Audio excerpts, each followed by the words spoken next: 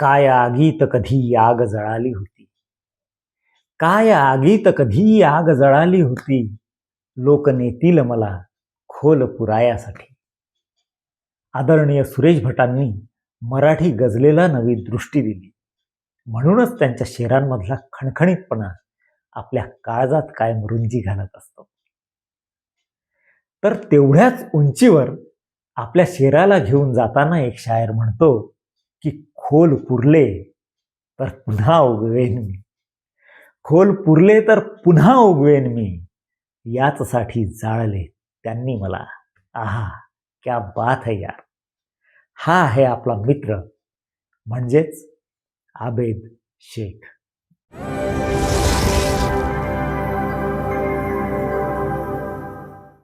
हा गझलेचा खणखणीत सूर आबिदला गवसला तो आदरणीय सुरेश भटांच्या एल्गार वाचनाने. तुळशीदास खराटे, कलीम खान आणि गझल नवाज भीमरावदादा पांचाळे यांच्या मार्गदर्शनातून.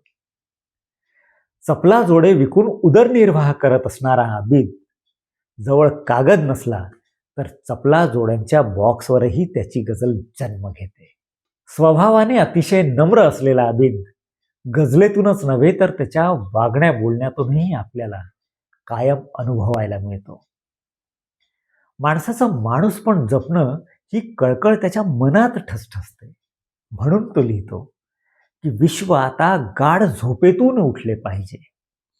विश्व आता गाढ झोपेतून उठले पाहिजे. धर्म जातीच्या तुरुंगातून सुटले पाहिजे. तुझं कुणी हिंदू म्हणो वा मज कुणी मुस्लिम म्हणो. तुझं कुणी हिंदू म्हणो वा मज कुणी मुस्लिम म्हणो. माणसाला तू नेहमी माणूस म्हटले पाहिजे.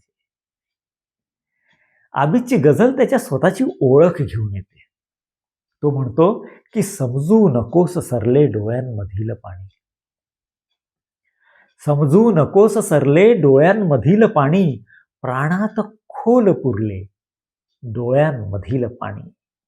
येतो ढगातून या आवाज हुंदक्यांचा. कोणी ढगात भरले डोळ्यांमधील पाणी. या डोळ्यांमधील पाण्याची कहाणी आपल्या काळजाशी थेट संवाद करते. त्याच्या 2 ओळींचा शेर काळजावर उमटताच आपल्याला प्रत्यय येतो की दुःख आहे जरी पावलो पावली. दुःख आहे जरी पावलो पावली. आसवे झेलण्या ही गझल धावली. आसवे झेलण्याची आणि पेलण्याची ताकद गझलेत आहे. म्हणूनच शायर काळीज उसवून त्याच्या शब्दकळेला आपबीतीला जगबीती आणि जगबीतीला आपबीती करत त्याच्या भावभावनाचा मार्ग मोकळा करत असतो. त्याच्या जिगरबाज काळजाचा प्रत्यय आपल्याला येतोच जेव्हा तो म्हणतो की पाठीत वार माझ्या 1000 खंजिरांचे. पाठीत वार माझ्या 1000 खंजिरांचे. ठोठावतो तरीही मी दार खंजिराचे.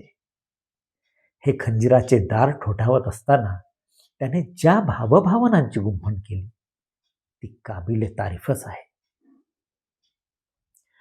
त्याच्या जाणीवांनीच त्याची गझल समृद्ध झाली. आपण कसे घडलो आणि कुणामुळे घडलो याचे भान ठेवूनच तो लिहितो. मी घोट घेत आहे, मी घास घेत आहे. तुमच्यामुळेच बाबा मी श्वास घेत आहे. मात्र बाबासाहेबांनीच बघितलेल्या लोकशाहीच्या स्वप्नांचा घात होतानाच शायर आपल्या सभोवताली बघतो, अनुभवतो. तेव्हा त्याच्या लेखणीतून शेर उतरतो. आलेच पीक नाही बाबा समानतेचे. त्रासून लोकशाही गळफास घेत आहे. सामाजिक भान राखून आबिद आपल्या गझलेतून व्यक्त होत जातो. तेव्हा तो म्हणतो की तो ऊस जाळतो, तो कापूस जाळतो. तो ऊस जाळतो, तो कापूस जाळतो. प्रत्येक पीक माझे पाऊस जाळतो. तरीही त्याच्या काळजाची तडफड त्याला स्वस्थ बसू देत नाही. तो निसर्गालाच बजावतो.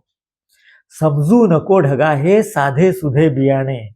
मी पेरले पिलांच्या चोचींमधील दाणे.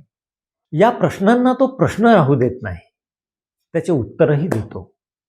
तो म्हणतो की उघडा पडेल सारा संसार हा आशाने, सुटणार प्रश्न नाही गळफास घेतल्याने.